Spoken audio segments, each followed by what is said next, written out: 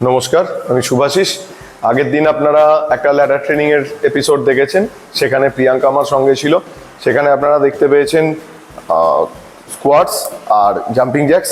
তো এবার আমরা আর একটা নতুন ল্যাডারের সেশন নিয়ে আসছি, যেখানে আপনারা দেখতে পাবেন স্কোয়াট জ্যাক্স আর তার সঙ্গে সঙ্গে পুশ আপস। ওকে, তো স্কোয়াট জ্যাক্স আর পুশ আপস করার আগে তার প্রপার পশ্চারটা জানা আমার মনে হয় খুব জরুরি, কারণ না হলে আপনার ল্যাডার করে কোনো লাভ হবে না।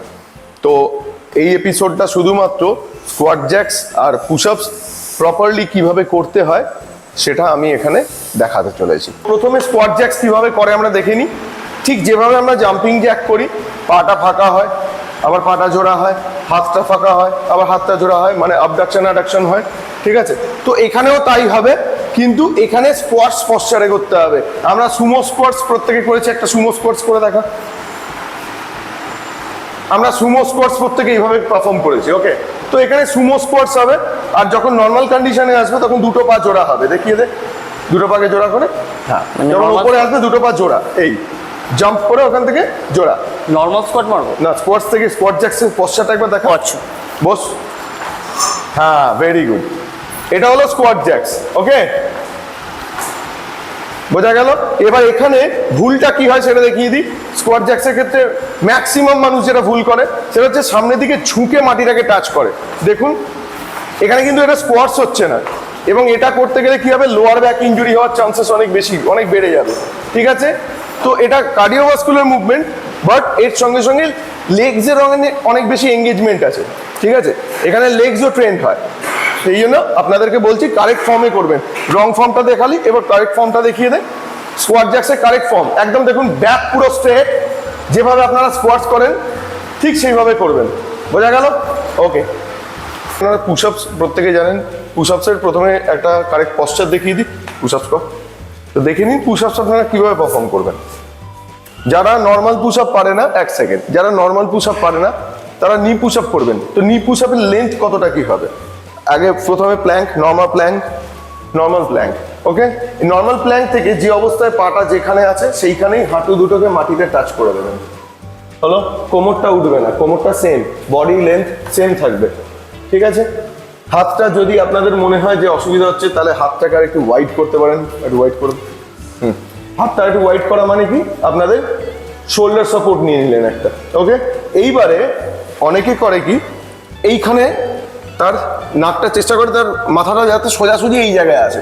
যখন এই জায়গায় আনবেন তখনই আপনার কোমরটা উঠে যাবে, নয় ঝুলে যাবে। করে দেখা, ভুলটা করে দেখা আগে। ভেরি গুড, এইটা হয় জেনারেলি, এইটা হয়। কর, আরো দু চারটে কর। জেনারেলি এই জিনিসটা হয় আপনাদের।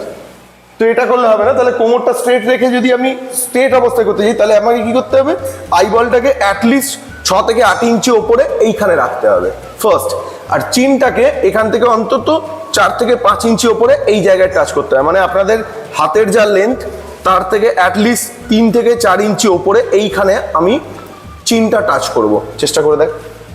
এবার দেখুন কোমর স্ট্রেট, লক্ষ্য করে দেখুন এখানে কিন্তু পশ্চারটা ঠিক হয়ে গেল। তো আমরা যদি আমাদের আইবলটাকে এবং আমাদের প্রপার পশ্চার আনতে যাই তাহলে আইবলটাকে ফার্স্ট সেট করতে হবে একটা জায়গায়, এবং আমি দেখব যে আমার কোন অ্যাঙ্গেলে এক্সারসাইজটা হচ্ছে। ফার্স্ট হচ্ছে অ্যাঙ্গেল, এটাও পেক্টোরাল লেন্থে রেখেছে হাতটা। যখন আপনারা পুশ আপস পারফর্ম করবেন তখন এটা পেক্টোরাল লেন্থে রাখতে হবে। পেক্টোরাল লেন্থ মানে চেস্টের সোজাসুজি। ওকে, তো আরেকবার করে দেখা। তো যারা বিগিনার তারা এইভাবে নি পুশ আপস করবেন, যারা নি পুশ আপসও পারছেন না তারা ওয়াল পুশ আপ করবেন। আমি এরপরে একদিন ওয়াল পুশ আপ দেখিয়ে দেবো, তো তারা ওয়াল পুশ আপ করবেন। হলো, আচ্ছা, এবার নর্মাল পুশ আপ দেখা। যারা ইন্টারমিডিয়েট বা অ্যাডভান্স তারা নর্মাল পুশ আপ করবেন। দেখা normal push up. Very good. এখানে একটা জিনিস খেয়াল রাখতে হবে পুশ আপস করার সময়, গ্লুটস এবং আপনাদের কোরকে, ফার্স্ট কোরকে স্ট্রং করতে হবে, কোরকে টাইট করতে হবে, দেন পুশ আপ পারফর্ম করতে হবে। পেটটাকে টাকিং করতে হবে, টাইট করতে হবে, এবং গ্লুটস মাসল, পেছনের যে মাসল আছে সেটাকে টাইট করে নিতে হবে। তাহলে কি হবে, কোরটা টাইট হলো, ব্যাকটা যেই কন্ট্রাক্ট করে গেল, তাহলে আপনাদের কোর মাসলের কাজটা স্টেবল হয়ে গেল। মানে সেই জায়গায় আপনার কোমরটা উঠে যাওয়া বা নেমে যাওয়ার কোনো চান্সেস থাকবে না। ওকে, আরেকবার পুশ আপসটা করে দেখা। নর্মালি যেটা ভুল করে মানুষ সেটা দেখা, কোমর ঝুলিয়ে ফেলে। হ্যাঁ, হ্যাঁ, যেটা হয় এটা হয়, জেনারেলি মানুষ এইটা করে থাকে। আবার অনেকেই আছে যেটা কোমর তুলে করে, কোমরটা তুলে কর, এবার এইভাবে কর, হ্যাঁ এটা করার চেষ্টা করে, দুটোই কিন্তু রং পশ্চার।